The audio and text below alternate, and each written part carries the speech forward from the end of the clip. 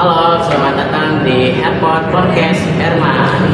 Oke, di sini saya sedang di SCC gitu ya, di SCC Center gitu ya. Mungkin saya Herman, saya sebagai host kali ini, dan di episode kali ini kita akan membahas tentang ilmu komputer, yaitu algoritma tracking. Mungkin lebih lanjutnya lagi,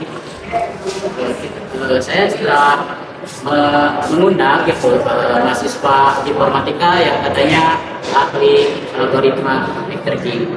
Oke, kita langsung sambut aja, yaitu si Pak. Halo, selamat datang. Oke, gimana hari ini si Pak? Apa kabar? Alhamdulillah kabarnya baik ya. Gimana kabarnya? Oke, baik-baik aja sih. Mungkin ya sedikit tugas mungkin dari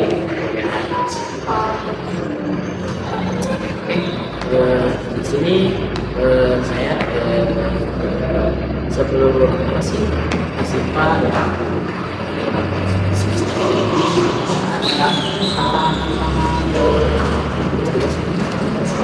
Saya sih ya, karena bekas mahasiswa banyak sekali tugas dan tantangan.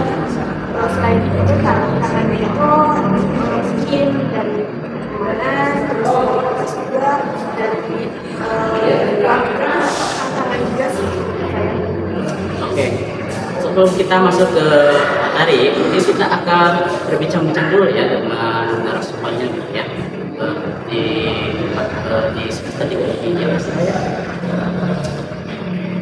Apakah gimana sih Pak untuk melampiaskan waktunya gitu dalam beberapa tugas?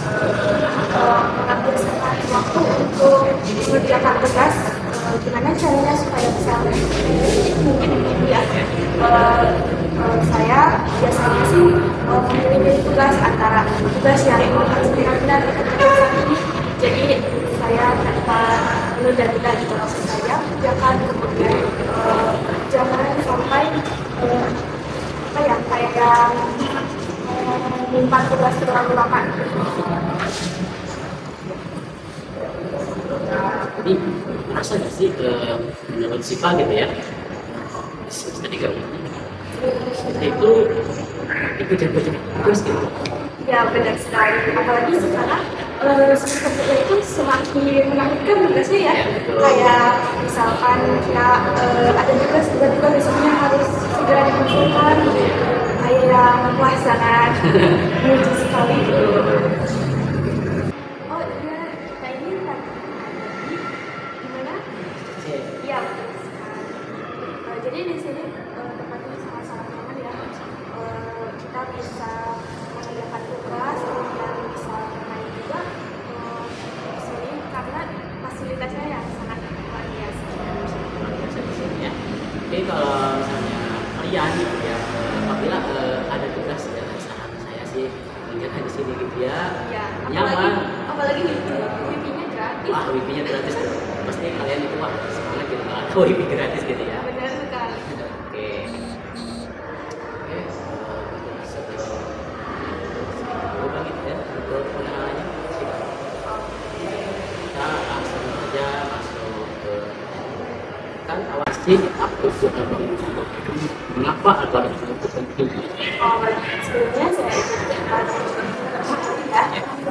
Kalau saya kenalkan anak saya suka dari kelas informatika. Jadi pertama-tama saya ucapkan terima kasih kepada teman karena sudah mengizinkan saya untuk berbicara pada podcast kali ini. Kemudian tadi apa yang ditanyakan? Mungkin itu saya paham gitu ya. Belum paham betul kan? Ya kan di sini kan masih Pak nih katanya nih ahli. Sama-sama belajar. Oh, sama-sama belajar. Sharing aja gitu, kayak menjadi ilmu lah. Boleh lah, Pak ini kita jelaskan tentang apa sih dan apa Jadi tadi yang saya pelajari dan saya ketahui bahwasanya algoritma backtracking itu adalah salah satu metode pemecahan masalah yang mencoba semua kemungkinan solusi secara sistematis. Jadi ide yang tadi itu mencoba-coba sampai menemukan jalan keluarnya. Kayak misalnya melangkah menuju ke solusi, kemudian jika solusi tersebut ternyata tidak cocok, maka kita akan kembali ke awal lagi. Jadi kita akan coba lagi sampai pada akhirnya kita menemukan solusi yang benar-benar tepat. Itu sih. Ternyata sangat-sangat susah sekali ya kalau menurut saya. Mungkin ya pertama kali mungkin mungkin saya harus banyak-banyak lagi baca buku gitu ya untuk memahami. Oke. Kalau pencarian sangat besar, backtracking bisa menjadi lambat karena banyaknya kemungkinan yang perlu diperiksa. Nah, kemudian jangan khawatir, ada juga solusinya itu. Bisa diminimalisirkan dengan menggunakan teknik optimasi seperti pruning, yang jelas-jelas seperti pruning. Dengan pruning kita memperhatikan eksplorasi jalur yang jelas-jelas tidak akan menghasilkan solusi. Untuk keunggulan pada algoritma backtracking ini adalah memungkinkan dan kesederhanaan dan fleksibilitasnya. Backtracking cocok untuk masalah-masalah yang solusinya melibatkan eksplorasi banyak kemungkinan seperti pencarian jalur dalam, kemudian kombinasi angka atau penataan objek. Selain itu, dengan pendekatan yang sistematis, kita dapat memeriksa semua kemungkinan secara berkelompok karena backtracking secara akan mengeliminasi jalur yang tidak memungkinkan kita untuk mengambil solusinya. Jadi masih bingung juga gitu. Bisa nggak sih sesuatu yang agresif gitu?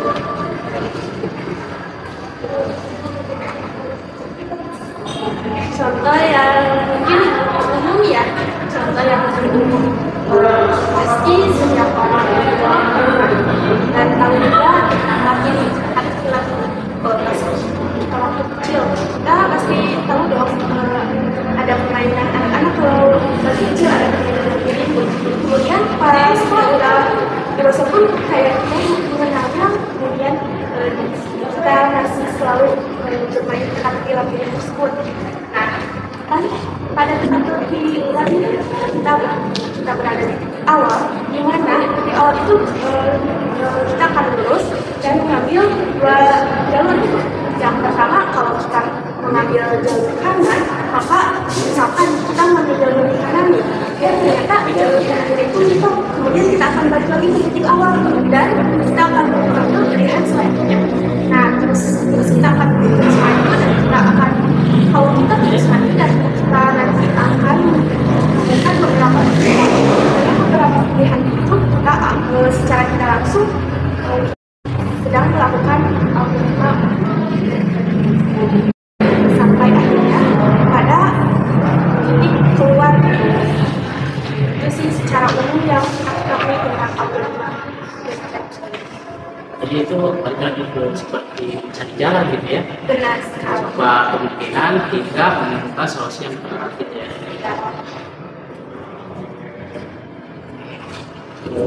Sini mungkin langsung aja ke sisi Jawa gitu ya. Mungkin ada di sini juga ada teman saya nih yang nanyain tentang algoritma. Saya jelaskan apa saja teman-teman itu biar lebih paham apa saja fungsi algoritma bagi orang yang bagi seorang Fungsi algoritma untuk seorang programmer itu itu salah satunya untuk pencarian solusi yang koneksi, kemudian pencarian kombinasi atau kombinasi, dan selanjutnya untuk pengembangan aplikasi berbasis lain. Apakah ada tips atau saran untuk para pendengar yang ingin mempelajari algoritma trading? Untuk dan sarannya, saran dari saya itu mulai dari saran dari saya tadi gitu ya, mulai dari masalah-masalah sederhana. Jadi jangan langsung ke data-data yang besar kalau ingin mencoba algoritma tersebut. Mulai dari awal seperti 2020 tadi, jangan langsung data-data yang besar gitu. Nah, kemudian pelajari juga konsep karena benefit biasanya diimplementasikan kemudian selain itu pahami bagaimana cara model integrasi, space, dan kapan harus menggunakan itu sih yang penting kita paham dulu konsep dari Oke, terima kasih banyak Pak. Saya tip. Saya yakin pendengar kita jadi lebih paham tentang algoritma trading. Sama-sama, saya ucapkan juga terima kasih karena sudah diundang untuk berbicara pada podcast kali ini, dan juga saya mengucapkan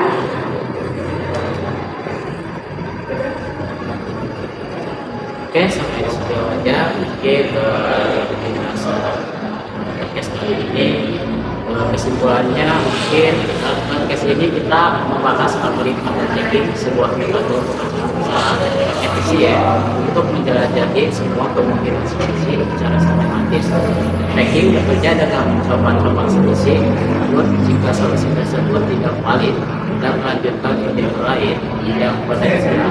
Metode ini banyak digunakan dalam berbagai aplikasi seperti sebuah pencarian baru, optimasi kombinatorial, serta masalah terkenal seperti pembuat utamanya tracking adalah fleksibilitas dan kemampuannya mengeliminasi jalur yang tidak relevan sehingga lebih cerdas dibandingkan pendekatan brute force. Oke, baiklah teman-teman, sampai di sini dulu episode kali ini. Jangan lupa untuk terus mendengarkan podcast ini.